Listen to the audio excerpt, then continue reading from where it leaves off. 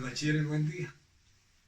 Bueno, fíjense que se recuerda que en clase anterior yo le hice llegar el cronograma y le mostraba cómo había distribuido mis 6 tareas que había planificado, ¿verdad? En 4, es decir, ya no eran 4, sino eran 6. Empezamos con los diagramas de cuerpo libre. Se recuerda que, por ejemplo, en un plano inclinado, ¿no?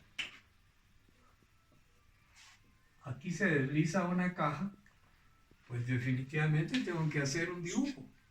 Entonces veo yo aquí, por ejemplo, el ángulo que se forma, ¿verdad? Aquí veo, por ejemplo, la altura. Veo, por ejemplo, aquí el rozamiento, el desplazamiento del objeto hacia abajo.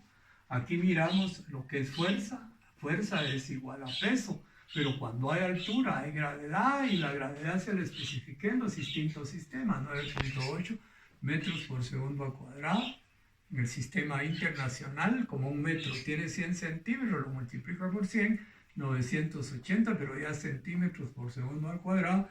Y en el sistema inglés, un metro tiene 3.28 pies, lo multiplica por 9.8 y tiene 32.2 pies por segundo al cuadrado. Bueno, con esos datos empezamos a trabajar. Entonces calculamos la altura, vimos aquí el ángulo, el deslizamiento, vimos el coeficiente de rozamiento, porque por ejemplo, si la superficie es lisa, no hay mayor problema. Entonces veíamos lo que era cinético aquí, o sea, lo que va en movimiento, si era potencial, si tenía altura, y por ende, donde hay altura hay gravedad, y si hay gravedad hay que ponderarla en los distintos sistemas. Entonces vimos lo que era la normal. Fíjese que le dije yo que si teníamos una mesita, y encima yo pongo un libro, me doy cuenta que el libro ejerce una fuerza hacia abajo y la base ejerce una fuerza hacia arriba, y eso está en equilibrio. Ve, en la superficie de la Tierra hay muchas cosas que están en movimiento y uno ve que efectivamente están en reposo. Mire un poste.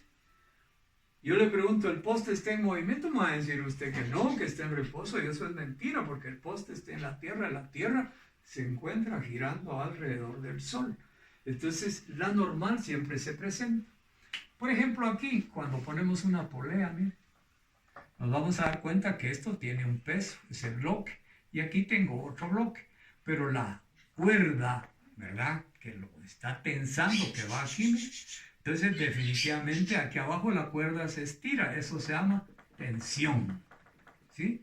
Calculamos la tensión, pero aquí lo que nos llamó capital importancia era esto, ¿eh? Eso quiere decir peso. Pero cuando el peso yo lo calculo, esto es la masa por la gravedad, ¿sí? Entonces todos los objetos que están en la superficie de la Tierra tienen masa, pero los que están a cierta altura tienen peso. Entonces, cuando uno va a una balanza de un supermercado, de una farmacia, dice, calcule su peso, es una gran mentira, porque lo que uno calcula es su masa, la cantidad de materia que tienen los cuerpos, lo multiplica por la gravedad y se transforma en un peso. Pero el peso es una fuerza, y era donde usted se confundía. ¿Por qué? Porque mire, pues, esto tiene peso porque está a cierta altura, pero peso es una fuerza, es la fuerza que tengo que oponer para que los objetos no caigan atraídos por la gravedad de la Tierra.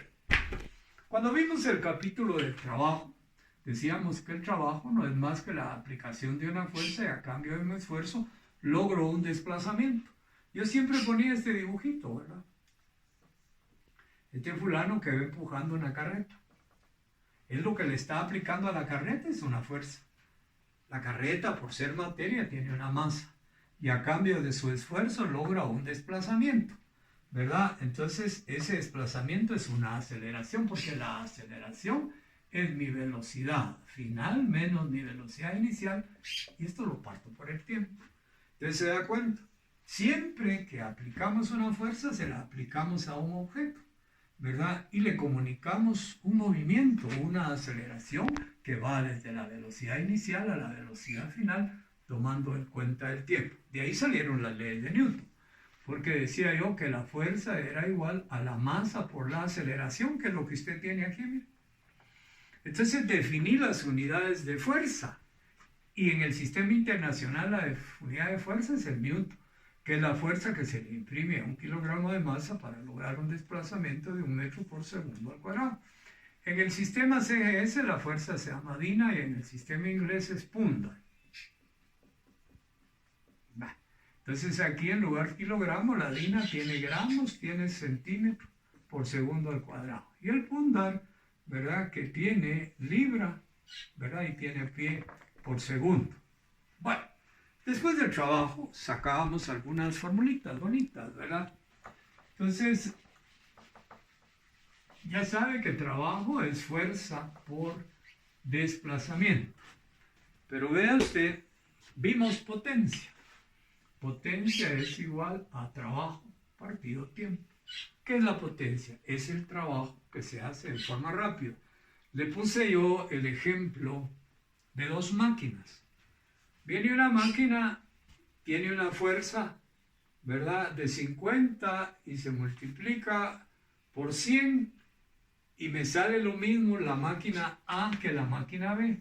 Solo que la máquina A hace el trabajo en 30 segundos y la máquina B lo hace en 45. Entonces, para poder diferenciar el concepto de manera fácil, digo que la máquina B es más potente. ¿Por qué? Porque hace el trabajo, la A, porque hace el trabajo más rápido. Eso quiere decir potencia.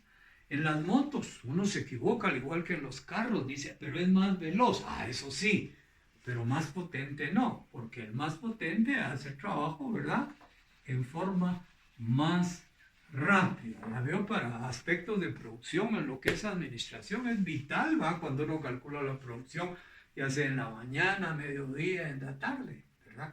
Entonces, aquí por ejemplo tenía la fórmula de potencia. Va. Entonces digo yo, y aquí puedo sacar otra formulita, mire pues. ¿Qué es trabajo? La aplicación de una fuerza para lograr un desplazamiento. Entonces yo tengo potencia igual fuerza, pero distancia partido tiempo es velocidad. Miren qué bonito sacar esa fórmula, ¿verdad? Pero eso me lo requiere a mí la misma matemática, que necesito conocer otros aspectos. Por ejemplo, en las leyes de Newton, ¿sí? Yo tenía esto, ¿sí?, por aceleración. Pero necesito una fórmula para la aceleración en función de la fuerza, fuerza partido masa, ¿sí? Necesito uno para la masa en función de la fuerza, fuerza partido aceleración. En el entendido que la fuerza va a ser en Newton, ¿sí?, va a ser en Dina y va a ser en Punda. Aquí la aceleración es metros por segundo al cuadrado para el sistema internacional, centímetros por segundo al cuadrado, y va a ser pie por segundo al cuadrado.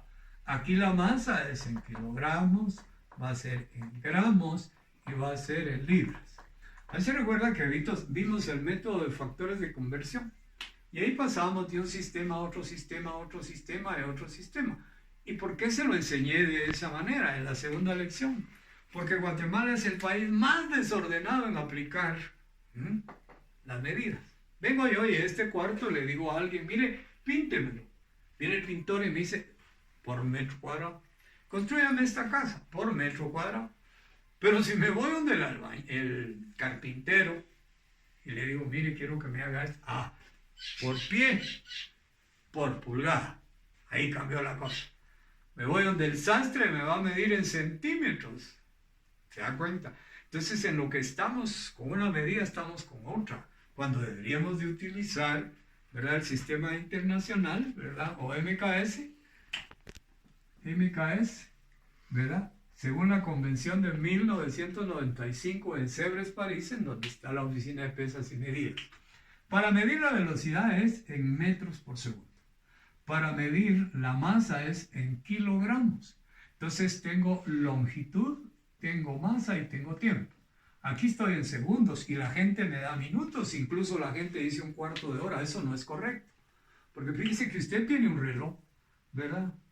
Aquí lo tenemos ponderado a las 12, la 1, a las 2. Si yo, por ejemplo, tengo las 12:30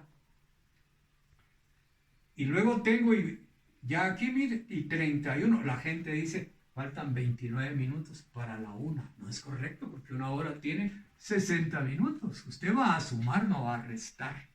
Eso decir un cuarto de hora no es correcto. Eso decir media hora, no. Una hora tiene 60 minutos, un minuto 60 segundos. 60 por 60 son 3.600 segundos. O sea que una hora tiene 3.600 segundos. ¿Por qué hago eso? Porque me dan, por ejemplo, 90 kilómetros por hora. Un kilómetro tiene 1.000 metros. Por 90 son 90.000. Una hora tiene 3.600 segundos. Divido 90.000 entre 3.600, tengo 25 metros por segundo.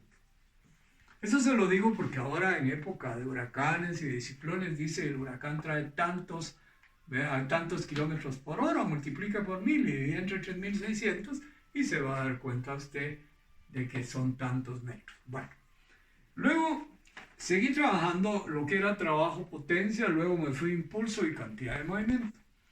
Fíjese que, por ejemplo, un bat, yo le pego a la pelota. Entonces, un movimiento grandote comunicó una fuerza en un mínimo de tiempo. Ese es el ejemplo típico. Entonces, es el impulso y cantidad de movimiento.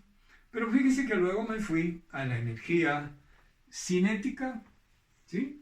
Me fui a la energía potencial y la energía mecánica para sacar el principio de conservación de la energía, que dice que la energía del universo es constante, no se crea, no se destruye, únicamente se transforma. Si la energía es en movimiento, es la energía cinética, que es masa por el cuadrado de la velocidad partido 2. Si tengo energía, por ejemplo, ahorita hubo un problema ahí en Sololá, se desprendió una piedrona y deshizo unas casas y hubieron muertos. Esa es energía potencial porque no está en movimiento y por una fuerza externa se dio eso. Aquí se toma en cuenta la masa, la gravedad y se toma en cuenta la altura. Ya ve que ahí se trabaja con gravedad. Aquí le hago la observación en la primera. Los libros internacionales ponen así, mire. Y eso no es correcto. Porque aquí pienso yo que es la mitad de la masa, no solo se pone la masa, la velocidad al cuadrado y todo hay que dividirlo entre 2. Y luego la energía mecánica, que es la suma de la energía cinética y la energía potencial. Puse algunos ejemplos bonitos donde se deja caer una pelota en el punto A, en el punto B, y nos dimos cuenta que daba 343. ¿Por qué? Porque en cualquier punto que pase la pelota, la velocidad es constante, la energía es constante. ¿Por qué? Porque no se crea ni se destruye, únicamente se va a transformar. Y luego dice fuerzas conservativas y no conservativas. ¿Por qué se pone eso? Porque la energía se va transformando, ¿verdad? De potencial se transforma en cinética se queda quieto. Por ejemplo, un personaje se va a tirar a una piscina, tiene energía potencial.